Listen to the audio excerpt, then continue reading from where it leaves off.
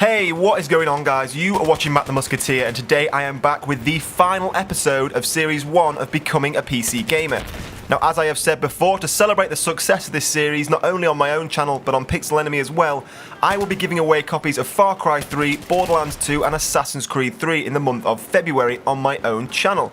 And now also, to celebrate hitting 2,000 subscribers and due to popular demand and request, I will now be giving away one of my older GTX 560 Ti graphics cards. So call me mad, call me whatever you want, but I will be giving those away on my own channel. So if you guys like the sound of any of those things, then head across to MattTheMusketeer and subscribe. Now, in today's final episode, I'm going to be covering the topic which a lot of you guys have been requesting in the comment section throughout this series, and that is, of course, building a gaming PC on a premium budget. Now, once again in this video, as with all of my videos, the parts I'm going to be picking and discussing are based upon my own preferences and experiences. So if I don't use any of the parts that you guys prefer or you guys use, please don't get angry. This is just based upon my own experience and opinions. So I hope you guys can still enjoy the video. Now, the first question to answer when looking at a premium budget build is what classes as a premium budget. Now, in this video, we could just set ourselves a NASA style budget and buy all of the best parts on the market. But that won't prove very useful to any of you guys unless you had a budget of about £10,000. So in this video, the premium budget we're setting ourselves is about £1,000 English, and that includes the case and all the computer components, which is about $1,300. Now, if you wanted to include the keyboard, the mouse and the monitor, that would also cost about £1,300, or about $1,500. So they're the budgets that we're going to be setting ourselves in today's video. Now, to begin with, we're going to take a look at one of the most important and expensive parts of any computer build, and that is, of course, your CPU or processor. Now, for my previous budget build video, I picked an Intel i5 processor.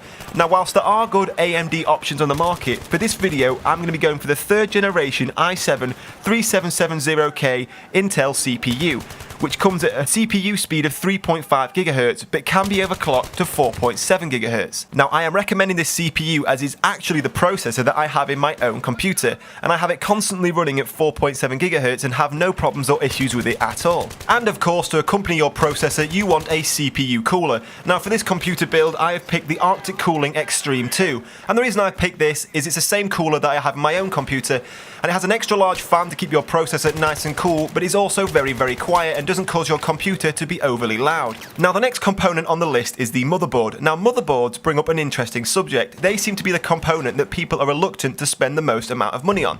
So for this build, I'm giving you two different options, a mid-range motherboard and a more top-of-the-range motherboard, both of which are compliant with all the other parts in the build. Now, the mid-range board is the Gigabyte 970A, and the more top-of-the-range board is the Asus P8Z77VLX motherboard. So there's two different options for you in case you're a little bit more reluctant and spending a lot of money on your motherboard. Now, once you've installed your motherboard, the next thing you want to be looking at is RAM. Now, for this build, I have picked 12 GB of the G.Skill Rip Jaws Ram. Now, of course, as I said earlier, this is all based on my own opinion. There are other good memory companies out there, including Crucial, Kingston and Corsair. Now, the reason I have picked Ripjaw is it is designed for PC gaming, and I've had it built into my own computer for the last year, and I can highly recommend it. And on a much less important note, it's a pretty cool looking component, so if you've got yourself a panel PC case, it will look pretty cool in your computer. Now, moving on to the most controversial component of any computer build, and that is, of course, the graphics card. Now, in this series, I did do a complete episode looking at graphics cards, where a couple of you guys accused me of being an NVIDIA fanboy. So for this video, I have given you an option of 4 different cards, 2 of which are from NVIDIA and 2 of which are from AMD. Now, to start with, the more expensive NVIDIA card is the GTX 680, and this is the 1GB MSI Twin Frozr edition. Or, for about £100 less and the relatively same stats, is the GTX 670. Or if you guys are more interested and looking for an AMD card, the two equivalents are the 7950 or the 7970, both of which are a little bit cheaper and almost the same stats as the GTX 680 and 670. Now, as this is a premium build PC, I'll be recommending installing 240GB of solid state drive. And on this drive, I'll be installing my operating system and any other program or game that I want to use regularly, such as Battlefield 3. And for everything else, I'll be installing them on 2 separate 1TB hard drives.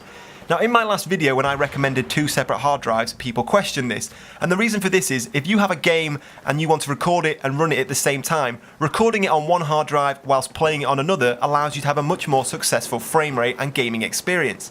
Now, also included in this premium build is a standard SATA Asus DVD drive. Now, A few of you guys may argue why haven't you included a Blu-ray drive, but I think it's a pretty pointless expense as PC games still come on DVDs and not Blu-rays, and a lot of people don't use their PC as a home entertainment system for watching movies. So for this build I've just gone for a standard Asus SATA DVD drive.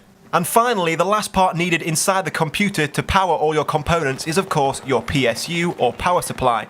Now, as all the parts in this computer are quite large and power draining, I have gone for the CoolerMaster Silent Pro, which is a 1000 watt PSU, which will be needed, as I said, due to all the large power draining parts within this build.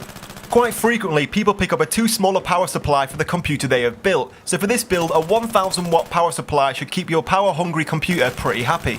And finally, within this build and budget is money for a case. Now for this build I have picked the Phantom NZXT case, which is a case that I own myself, which allows you to install up to 7 fans, one of which is a 200mm fan that can be switched out for a window panel on the side so you can see your components within.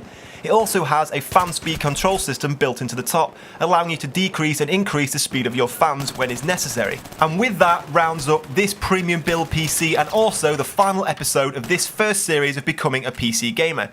Now if you guys have enjoyed this series and want to hear anything more from this series, head across to MattTheMusketeer now, and if you have any questions for me, I'll be answering them on my own channel. So if you have any questions about building this PC or any of the parts mentioned in this video, feel free to head across to MattTheMusketeer and ask those questions to me on there. And also guys, don't forget to subscribe to my channel if you want yourself a chance to win any of the things I mentioned at the start of this video. And if you guys want to see more of these videos based around this subject, I'll be back with Series 2 pretty soon, where I will be joined by Sergeant Red Phoenix, and we're going to be discussing the more roundabout, subjective topics surrounding PC gaming. But in the meantime guys, I hope you've enjoyed this episode, and I hope you've enjoyed this series, and I will see you soon.